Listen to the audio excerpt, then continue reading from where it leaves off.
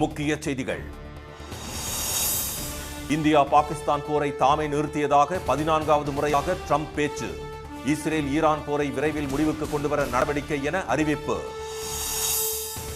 பாசனத்திற்காக கல்லணையில் தண்ணீர் திறந்து வைத்தார் ஸ்டாலின்.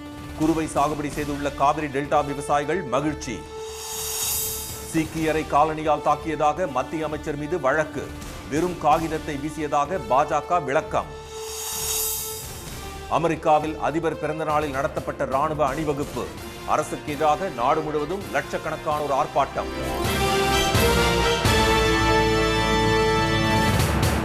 வணக்கம். இந்தியா பாகிஸ்தான் போரை தாமே நிறுத்தியதாக மீண்டும் உரிமை கோரியுள்ள ட்ரம்ப், அதுபோல இஸ்ரேல் ஈரான் இடையே போர் நிறுத்தம் ஏற்பட நடவடிக்கை எடுத்து வருவதாக தெரிவித்துள்ளார். அணுசக்தி கட்டுப்பாடு தொடர்பாக அமெரிக்காவுடன் பேச்சுவார்த்தை நடத்தி வந்த ஈரான் மீது கடந்த 13ஆம் தேதி அதிகாலை இஸ்ரேல் திடீர் தாக்குதல் நடத்தியது. இதையடுத்து இஸ்ரேல் மீது நூற்றுக்கணக்கான ட்ரோன்கள் மற்றும் ஏவுகணைகளை வீசி ஈரான் பதிலடி கொடுத்தது. இருதரப்பிலும் தொடர்ந்து பரஸ்பர தாக்குதல் நடத்தப்படுவதால் போர் உக்கிரமடைந்துள்ளது. இதனிடையே இந்தியாவும் பாகிஸ்தானும் செய்ததைப் போல இஸ்ரேலும் ஈரானும் போர் நிறுத்த ஒப்பந்தத்தை மேற்கொள்ள வேண்டும் என்று ட்ரூத் சோஷியல் வலைதள பக்கத்தில் ட்ரம்ப் வலியுறுத்தியுள்ளார். தாம் வர்த்தகத்தை பயன்படுத்தியதன் விளைவாக இந்தியா பாகிஸ்தான் நாடுகளின் தலைவர்கள் போரை நிறுத்த முடிவு செய்தனர் என்று ட்ரம்ப் மீண்டும் தெரிவித்துள்ளார். செர்பியா கொசோவோ மோதல் மற்றும் எகிப்து எத்தியோப்பியா இடையேயான மோதலை தமது முந்தைய பதவி காலத்தில் முடிவுக்கு கொண்டு வந்ததாகவும் அவர் குறிப்பிட்டுள்ளார். அந்த வகையில் இஸ்ரேல் ஈரான் இடையே அமைதியை ஏற்படுத்த முயற்சி நடைபெற்று வருவதாகவும் ட்ரம்ப் தெரிவித்துள்ளார். இதுபோல நிறைய நல்ல செயல்களை செய்தாலும் தமக்கு உரிய பாராட்டுகள் கிடைப்பதில்லை என்று வேதனை தெரிவித்துள்ள அவர், மத்திய கிழக்கை மீண்டும் சிறந்ததாக ஆக்குவோம் என்றும் பதிவிட்டுள்ளார். இதனிடையே ஈரான் உயர் தலைவரான அயதுல்லா அலி கமேனியை கொல்ல இஸ்ரேல் திட்டமிட்டிருந்த நிலையில் அவ்வாறு நடந்தால் மத்திய கிழக்கில் பெரும் பதற்றமும் குழப்பமும் ஏற்படும் என்று கூறி அதனை ட்ரம்ப் தடுத்து நிறுத்தியதாக அமெரிக்க அதிகாரிகள் புதிய தகவலை வெளியிட்டுள்ளனர். இந்தியா பாகிஸ்தான் போர் பதற்றத்தை தாமே முடிவுக்கு கொண்டு வந்ததாக ட்ரம்ப் தெரிவித்த கருத்து இந்தியாவில் பெரும் சலசலப்பை ஏற்படுத்திய நிலையில் அது குறித்து பிரதமர் திரு மோடி விளக்கமளிக்க வேண்டும் என்று காங்கிரஸ் வலியுறுத்தி வருகிறது. இந்நிலையில் 14வது முறையாக ட்ரம்ப் அதே கருத்தை கூறியுள்ளார். டெல்டா பகுதி குறுவை சாகுபடிக்காக கல்லணையில் இருந்து காவிரி நீரை முதலமைச்சர் திரு மு க ஸ்டாலின் திறந்து வைத்தார். மாவட்டங்கள் தோறும் கள ஆய்வு செய்வதுடன் பொதுமக்களுக்கு நலத்திட்ட உதவிகளையும் முதலமைச்சர் வழங்கி வருகிறார். அந்த வகையில் 2 நாள் சுற்றுப்பயணமாக தஞ்சை மாவட்டத்திற்கு நேற்று சென்ற அவர் 5 லட்சம் ஏக்கர் பரப்பளவிலான குறுவை சாகுபடிக்காக கல்லணையில் இருந்து தண்ணீரை திறந்து வைத்தார். மேலும் விதை நெல்லை காவிரியில் தெளித்த முதலமைச்சர் மலர்களை தூவினார்.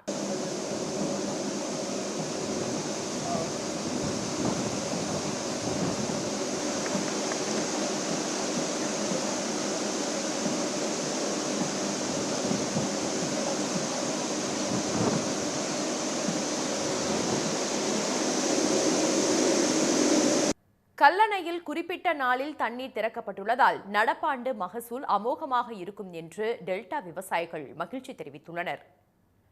கல்லணையில் தண்ணீர் திறப்பை அடுத்து தஞ்சை ராஜராஜ சோழன் மணிமண்டபம் பகுதியில் இருந்து மேரிஸ் கார்னர் ரயில் நிலையம் மாநகராட்சி அலுவலகம் வழியாக நடந்தே சென்ற திரு ஸ்டாலின் வழிநெடுக ஆயிரக்கணக்கான பொதுமக்களை சந்தித்தார்.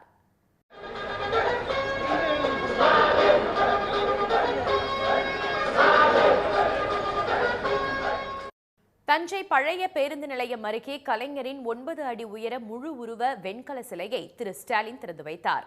அரசு சரபோஜி கல்லூரி மைதானத்தில் இன்று நடைபெறும் விழாவில் பங்கேற்கும் அவர் 1194 கோடி ரூபாய் மதிப்பிலான புதிய பணிகளுக்கு அடிக்கல் நாட்டுவதுடன் முடிவுற்ற பணிகளை திறந்து வைக்கிறார். மேலும் பயனாளிகளுக்கு அரசு நலத்திட்ட உதவிகளையும் திரு ஸ்டாலின் வழங்க உள்ளார். இந்தியாவில் முதல் முறையாக சாதிவாரி விவரங்களுடன் மக்கள் தொகை கணக்கெடுப்பு நடத்துவது குறித்த அதிகாரப்பூர்வ அறிவிக்கை இன்று வெளியாகும் என அறிவிக்கப்பட்டுள்ளது. நாட்டில் 10 ஆண்டுகளுக்கு ஒருமுறை மக்கள் தொகை கணக்கெடுப்பு நடத்தப்படுவது வழக்கம். அதன்படி 2020ஆம் ஆண்டு ஏப்ரல் 1 முதல் செப்டம்பர் 30ஆம் தேதி வரை நாடு முழுவதும் கணக்கெடுப்பு நடத்த திட்டமிடப்பட்ட நிலையில் கரோனா பெருந்தொற்று காரணமாக அப்பணிகள் ஒத்திவைக்கப்பட்டன. இந்நிலையில் மக்கள் தொகை கணக்கெடுப்பை மத்திய அரசு விரைந்து நடத்த கோரியும் அதனுடன் சாதிவாரி கணக்கெடுப்பை இணைத்து நடத்த கோரியும் கடந்த ஆண்டு ஜூன் 26ஆம் தேதி தமிழ்நாடு சட்டப்பேரவையில் முதலமைச்சர் திரு மு க ஸ்டாலின் தனி தீர்மானம் கொண்டு வந்து நிறைவேற்றினார். இதனிடையே 2027ஆம் ஆண்டு மார்ச் 1ஆம் தேதி முதல் சாதிவாரி கணக்கெடுப்புடன் தேசிய மக்கள் தொகை கணக்கெடுப்பு பணிகளை தொடங்கி 2 கட்டங்களாக நடத்த கடந்த 4ஆம் தேதி பிரதமர் தலைமையில் நடைபெற்ற அரசியல் விவகாரங்களுக்கான அமைச்சரவை கூட்டத்தில் ஒப்புதல் தெரிவிக்கப்பட்டது. இந்த பணிகள் 3 ஆண்டுகள் தொடரும் என்றும் பனி பிரதேசங்களான ஜம்மு காஷ்மீர், லடாக், உத்தரகாண்ட், ஹிமாச்சல பிரதேசம் ஆகிய மாநிலங்களில் மட்டும் அடுத்த ஆண்டு அக்டோபர் மாதத்திலேயே கணக்கெடுப்பு தொடங்கும் என்றும் கூறப்படுகிறது. இந்நிலையில் மக்கள் தொகை கணக்கெடுப்பு குறித்து மத்திய உள்துறை செயலாளர், மக்கள் தொகை கணக்கெடுப்பு ஆணையர் உள்ளிட்ட உயர் அதிகாரிகளுடன் உள்துறை அமைச்சர் திரு அமித்ஷா நேற்று டெல்லியில் ஆலோசனை நடத்தினார். இதையடுத்து மக்கள் தொகை கணக்கெடுப்பு தொடர்பான அதிகாரப்பூர்வ அறிவிப்பு இன்று வெளியிடப்படும் என்று தமது எக்ஸ் வலைதள பதிவில் அவர் தெரிவித்துள்ளார். முதல் முறையாக இந்த கணக்கெடுப்புடன் சாதிவாரி கணக்கெடுப்பு நடத்தப்படும் என்றும், காகிதம் இல்லாமல் மொபைல் டிஜிட்டல் சாதனங்களை பயன்படுத்தி இந்த பணி மேற்கொள்ளப்படும் என்றும் திரு அமித்ஷா கூறியுள்ளார். இந்த கணக்கெடுப்பில் பெயர், தொழில், வருமானம், சாதி உட்பட மொத்தம் 31 கேள்விகளுக்கு பொதுமக்களிடம் பதில்களை பெற்று தரவுகள் சேகரிக்கப்பட உள்ளன. சீக்கியர் ஒருவர் மீது காலணியை வீசியதாக மத்திய அமைச்சர் திரு சுகாந்த மஜும்தார் மீது வழக்கு பதிவு செய்யப்பட்டுள்ளது. மேற்கு வங்கத்தின் மகேஷ்தலா நகரில் பழக்கடை அமைப்பது தொடர்பாக 2 குழுக்களிடையே கடந்த வாரம் ஏற்பட்ட தகராறு வன்முறையில் முடிந்தது. இது தொடர்பாக 40 பேர் கைது செய்யப்பட்டனர். சம்பவம் நடந்த பகுதிக்கு கடந்த வியாழனன்று செல்ல முற்பட்ட பாஜகவினரை காவல்துறையினர் தடுத்ததால் அவர்கள் முதலமைச்சர் செல்வி மம்தா பானர்ஜி வீட்டின் அருகே ஆர்ப்பாட்டம் நடத்தினர். இதில் கலந்து கொண்ட மத்திய கல்வித்துறை இணை அமைச்சரும் மேற்கு வங்க பாஜக தலைவருமான திரு சுகாந்த மஜும்தார் தன் மீது காலணிகளை வீசியதாக சீக்கியர் ஒருவர் அளித்த புகாரின் பேரில் காலிகட் காவல் நிலையத்தில் வழக்கு பதிவு செய்யப்பட்டது. அதற்கான முதல் தகவல் அறிக்கையை எக்ஸ் வலைதள பக்கத்தில் ஆளும் திரிணாமுல் காங்கிரஸ் வெளியிட்டுள்ளது. மத உணர்வுகளை புண்படுத்தியதாகவும் தன்னை தாக்கியதாகவும் அமைச்சர் மீது அந்த சீக்கியர் புகார் அளித்துள்ளதாக திரிணாமுல் காங்கிரஸ் தெரிவித்துள்ளது. ஏற்கனவே சீக்கிய காவல் அதிகாரியை காலிஸ்தானி என்று சட்டமன்ற எதிர்க்கட்சித் தலைவர் திரு சுவேந்து அதிகாரி கூறியதை தொடர்ந்து தற்போது பணியில் இருக்கும் அதிகாரியின் தலைப்பாகை மீது காலணி வீசப்பட்டுள்ளதாக அக்கட்சி குற்றம் சாட்டியுள்ளது. ஆனால் போராட்டத்தில் காகிதத்தில் செய்த காலணிதான் பயன்படுத்தப்பட்டது என்று மாநிலங்களவை பாஜக உறுப்பினர் திரு சமிக் பட்டாச்சாரியா தெரிவித்துள்ளார். இதனிடையே பன்குரா மாவட்ட பாஜக அலுவலகத்தின் பூட்டை உடைத்து மேற்கு வங்க காவல்துறையினர் நுழைய முயன்றதாக கூறி காணொலி ஒன்றை திரு சுகாந்தா மஜும்தார் வெளியிட்டுள்ளார். காவல்துறையை தமது தனிப்பட்ட ராணுவம் போல செல்வி மம்தா பானர்ஜி பயன்படுத்துவதாக குற்றம் சாட்டியுள்ள திரு மஜும்தார் இந்த அரசியல் தீவிரவாதத்தை எதிர்த்து பாஜக போராடும் என்றும் கூறியுள்ளார். அமெரிக்க ராணுவத்தின் 250வது ஆண்டு விழா அதிபர் டிரம்பின் பிறந்த நாளில் கொண்டாடப்பட்ட நிலையில் நாடு முழுவதும் 2000 இடங்களில் அவருக்கு எதிராக போராட்டங்களும் நடைபெற்றன. உலகின் பல நாடுகளைப் போல ஆண்டுதோறும் ராணுவ அணிவகுப்பு நடத்தும் வழக்கம் அமெரிக்காவில் கிடையாது. இதற்கு முன் 1991ஆம் ஆண்டு வளைகுடா போர் வெற்றியை கொண்டாடும் வகையில் அணிவகுப்பு நடத்தப்பட்டது. அதையடுத்து ராணுவத்தின் 250வது ஆண்டு நிறைவையொட்டி வாஷிங்டனில் வெள்ளை மாளிகை அருகே அரசியல் சாசன நிழற்சாலையில் பிரம்மாண்டமான அணிவகுப்பு நேற்று நடத்தப்பட்டது. டிரம்பின் 79வது பிறந்த நாளும் அதே தினமாக அமைந்தது. மனைவி மெலானி, துணை அதிபர் ஜேடி வான்ஸ் உள்ளிட்டோருடன் அணிவகுப்பை டிரம்ப் பார்வையிட்டார். இதில் ராணுவ இசைக்குழுவினர் வாத்தியங்களை முழங்க 84 ராணுவ வாகனங்களுடன் 6000 வீரர்கள் அணிவகுத்து வந்தனர். உலகப் போரின் போது அணிந்திருந்த சீருடையுடனும் ராணுவத்தினர் நடைபோட்டனர். விமானப்படை வீரர்களின் பாராசூட் சாகசமும் வான வேடிக்கையும் இடம்பெற்றன. நிகழ்ச்சியில் பேசிய டிரம்ப் நாட்டுக்கும் தேசிய கொடிக்கும் ஆற்றும் புனிதமான சேவைக்காக வீரர்களை வணங்குவதாக தெரிவித்தார். அதே நேரம் டிரம்புக்கு எதிராக அமெரிக்காவின் பல நகரங்களில் போராட்டங்கள் நடைபெற்றன. 50 மாகாணங்களில் 50 நகரங்களில் ஒரே நேரத்தில் போராட்டம் நடத்துவதற்கான 50-50-1 அமைப்பு மற்றும் பல்வேறு சமூக நல அமைப்புகள் சார்பில் இந்த பெருந்திரள் போராட்டம் முன்னெடுக்கப்பட்டது. Washington, Austin, Los Angeles, Chicago, Houston, Philadelphia, San Francisco உள்ளிட்ட முக்கிய நகரங்களில் பல்லாயிரக்கணக்கானோர் திரண்டு டிரம்ப் நிர்வாகத்தின் கொள்கைகளுக்கு எதிராக முழக்கமிட்டனர். நியூயார்க் ஆர்ப்பாட்டத்தில் பங்கேற்றவர்கள் சட்டத்தை அரசு மதிக்கவில்லை என்று குற்றம் சாட்டினர். குடியேற்றத்தால் உருவான நாட்டில் வேற்றுமையில் ஒற்றுமை தேவை என்றும் வெளிநாடுகளில் இருந்து வந்தவர்களை நாடு கடத்துவது சரியல்ல என்றும் போராட்டத்தில் ஈடுபட்டவர்கள் தெரிவித்தனர். அதிபர் உட்பட அனைவரும் சட்டத்துக்கு உட்பட்டவரே என்பதை வலியுறுத்தும் வகையில் மன்னர் எவரும் இல்லை என்ற கருப்பொருளுடன் சுமார் 2000 இடங்களில் இந்த ஆர்ப்பாட்டங்கள் நடைபெற்றன. ஆன்மீக மாநாட்டை அரசியலுக்கு பயன்படுத்தினால் சட்டப்படி நடவடிக்கை எடுக்கலாம் என உயர்நீதிமன்றம் உத்தரவிட்டுள்ளது. மதுரை பாண்டிக்கோவில் அருகே வரும் 22ஆம் தேதி இந்து முன்னணி சார்பில் முருக பக்தர்கள் ஆன்மீக மாநாடு நடத்த 52 நிபந்தனைகளுடன் காவல்துறை அனுமதி வழங்கியுள்ளது. மாநாட்டு வளாகத்தில் அறுபடை வீடுகளின் மாதிரிகளை அமைத்து பூஜைகள் நடத்த அனுமதி மறுக்கப்பட்டுள்ளது. இதையடுத்து மாநாட்டிற்கு காவல்துறையினர் விதித்த 52 நிபந்தனைகளில் இருசக்கர வாகனங்களில் வரக்கூடாது, மாநாட்டில் பங்கேற்போர் விவரங்களை 16ஆம் தேதிக்குள் வழங்க வேண்டும் என்பன உள்ளிட்ட 6 நிபந்தனைகளை மாற்றியமைக்க கோரி உயர்நீதிமன்றம் உயர்நீதிமன்ற மதுரை கிளையில் இந்து முன்னணி சார்பில் மனு தாக்கல் செய்யப்பட்டது.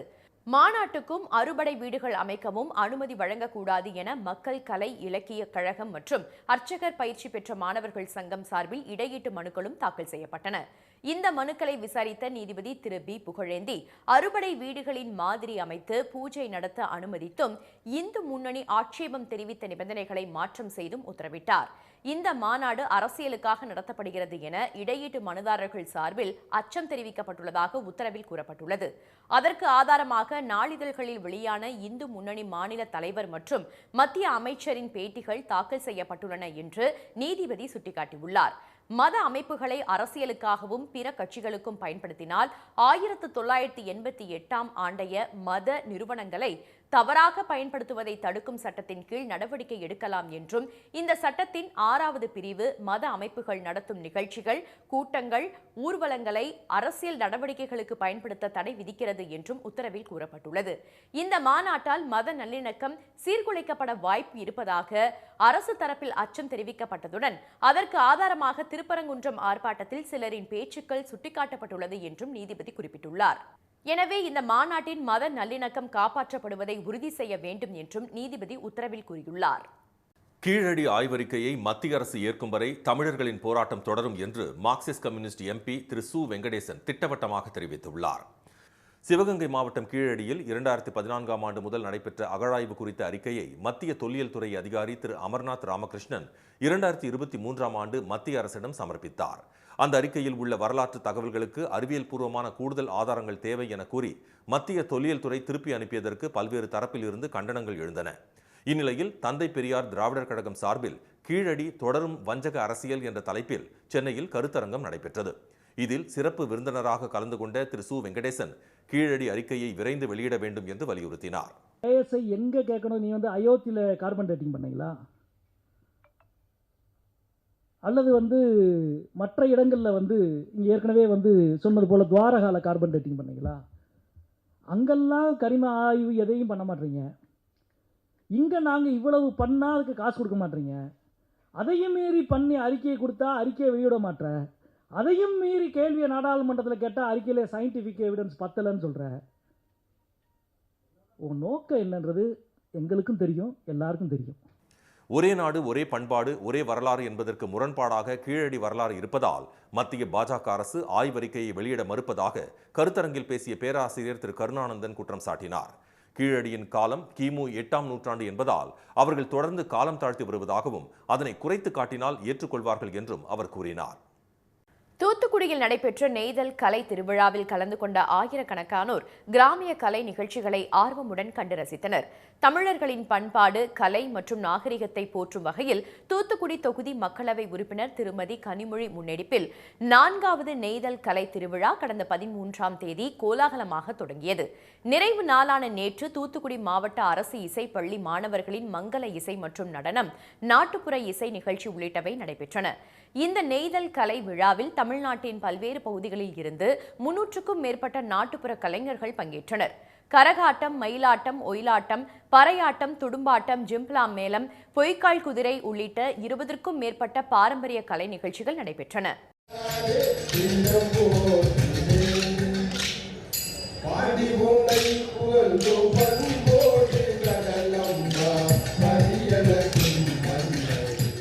இந்த கலை விழாவில் ஆயிரக்கணக்கான பொதுமக்கள் கலந்து கொண்டனர். நெய்தல் கலை விழாவை முன்னிட்டு உணவு திருவிழாவும் நடந்தது. 50க்கும் மேற்பட்ட அரங்குகளில் காட்சிப்படுத்தப்பட்ட பாரம்பரிய உணவு வகைகளை ஏராளமானோர் உண்டு மகிழ்ந்தனர். கொடைக்கானலில் சுற்றுலா பயணியிடம் பறித்த 500 ரூபாய் கட்டை குரங்கு ஒன்று சூறைவிட்ட காட்சி இணையத்தில் பரவி வருகிறது. திண்டுக்கல் மாவட்டம் கொடைக்கானலில் கோடை சீசன் மட்டுமின்றி ஆண்டு முழுவதுமே சுற்றுலா பயணிகளின் கூட்டம் அதிகரித்து காணப்படுகிறது. சில தினங்களுக்கு முன்பு குணா குகை பகுதிக்கு வந்த கர்நாடகாவை சேர்ந்த ஒருவர் 500 ரூபாய் கட்டுடன் வைத்திருந்த பையை பறித்து சென்ற குரங்கு மரத்தின் மீது ஏறி அமர்ந்து கொண்டு பணத்தாள்களை ஒவ்வொன்றாக பிரித்து வீசியது.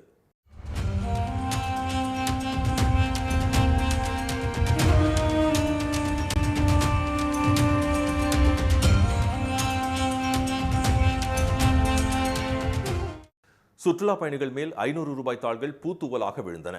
பணப்பையை பறிகொடுத்தவரும் அவருடன் வந்தவர்களும் பொறுமையாக காத்திருந்து குரங்கு வீசி எறிந்த ரூபாய் நோட்டுகளை சேகரித்தனர். சில ரூபாய் நோட்டுகள் எடுக்க முடியாத பள்ளத்தாக்கு பகுதிக்குள்ளும் பறந்து சென்றன. நாமக்கல்லில் முட்டை கொள்முதல் விலை 18 நாட்களுக்கு பிறகு 20 காசுகள் குறைந்து ₹5.40 உள்ளது. தமிழகத்தின் முட்டை உற்பத்தி கேந்திரமான நாமக்கல் மாவட்டத்தில் 1100க்கு மேற்பட்ட கோழி பண்ணைகள் உள்ளன. இவற்றின் மூலம் நாள்தோறும் 6 கோடி முட்டைகள் உற்பத்தியாகின்றன. மொத்த உற்பத்தியில் 40% முட்டைகள் கேரளாவுக்கும், தினசரி 20 லட்சம் முட்டைகள் வெளிநாடுகளுக்கும் ஏற்றுமதி செய்யப்படுகின்றன. தமிழ்நாடு அரசின் சத்துணவு திட்டத்திற்கு பயன்படுத்துவது போக மீதமுள்ள முட்டைகள் தமிழகத்தின் பிற பகுதிகளுக்கு விற்பனைக்கு அனுப்பப்படுகின்றன. இந்நிலையில் முட்டை ஒன்றின் பண்ணை கொள்முதல் விலை ₹5.60 இருந்து 20 காசுகள் குறைத்து ₹5.40 நிர்ணயிக்கப்பட்டுள்ளதாக நாமக்கல் மண்டல தேசிய முட்டை ஒருங்கிணைப்பு குழு தெரிவித்துள்ளது. 18 நாட்களுக்கு பிறகு மாற்றம் செய்யப்பட்டுள்ள முட்டை விலை இன்று காலை அமலுக்கு வந்துள்ளது. நீலகிரி மாவட்டத்தில் இன்று மிக கனமழைக்கான ஆரஞ்சு எச்சரிக்கை விடுக்கப்பட்டுள்ளது. தமிழ்நாட்டில் சமீப நாட்களாக மேற்கு தொடர்ச்சி மலையை ஒட்டிய மாவட்டங்களில் தென்மேற்கு பருவமழை மிக தீவிரமடைந்துள்ளது. இந்நிலையில் மேற்கு திசை காற்றின் வேக மாறுபாடு காரணமாக இன்று நீலகிரி மாவட்டத்தின் சில இடங்களில் மிக கனமழை பெய்யக்கூடும் என வானிலை மையம் எச்சரித்துள்ளது. இதனால் உதகை, கூடலூர், பந்தலூர், குந்தா ஆகிய 4 தாலுகாக்களில் உள்ள பள்ளிகளுக்கு இன்று விடுமுறை அறிவிக்கப்பட்டுள்ளது. கனமழை எச்சரிக்கையால் கோவை மாவட்டம் வால்பாறை தாலுகாவிலும் பள்ளிகளுக்கு விடுமுறை விடப்பட்டுள்ளது. தொடர் மழை காரணமாக மேட்டுப்பாளையம் அருகே உள்ள பில்லூர் அணை இந்த ஆண்டில் 2வது முறையாக நிரம்பியுள்ளது. அணையில் இருந்து வினாடிக்கு 14,000 கனஅடி தண்ணீர் வெளியேற்றப்படுவதால் பவானி ஆற்றங்கரையோர மக்களுக்கு வெள்ள அபாய எச்சரிக்கை விடுக்கப்பட்டுள்ளது. மீண்டும் முக்கிய செய்திகள். இந்தியா பாகிஸ்தான் போரை தாமே நிறுத்தியதாக மீண்டும் கூறியுள்ள ட்ரம்ப், இஸ்ரேல் ஈரான் போரை முடிவுக்கு கொண்டுவர நடவடிக்கை எடுத்து வருவதாக தெரிவித்துள்ளார். டெல்டா பகுதி குறுவை சாகுபடிக்காக கல்லணையில் இருந்து காவிரி நீரை முதலமைச்சர் ஸ்டாலின் திறந்து வைத்தார். சீக்கியர் ஒருவர் மீது காலணியை வீசியதாக மத்திய அமைச்சர் சுகாந்தா மஜும்தார் மீது வழக்கு பதிவு செய்யப்பட்டுள்ளது. இத்துடன் இந்த செய்திகள் நிறைவடைகின்றன. மீண்டும் சன் டிவியில் செய்திகள் மாலை 6 மணிக்கு. செய்திகளை உடனுக்குடன் தெரிந்து கொள்ள QR கோடை ஸ்கேன் செய்து சன் நியூஸ் வாட்ஸ்அப் சேனலில் இணைந்திருங்கள். வணக்கம். வணக்கம்.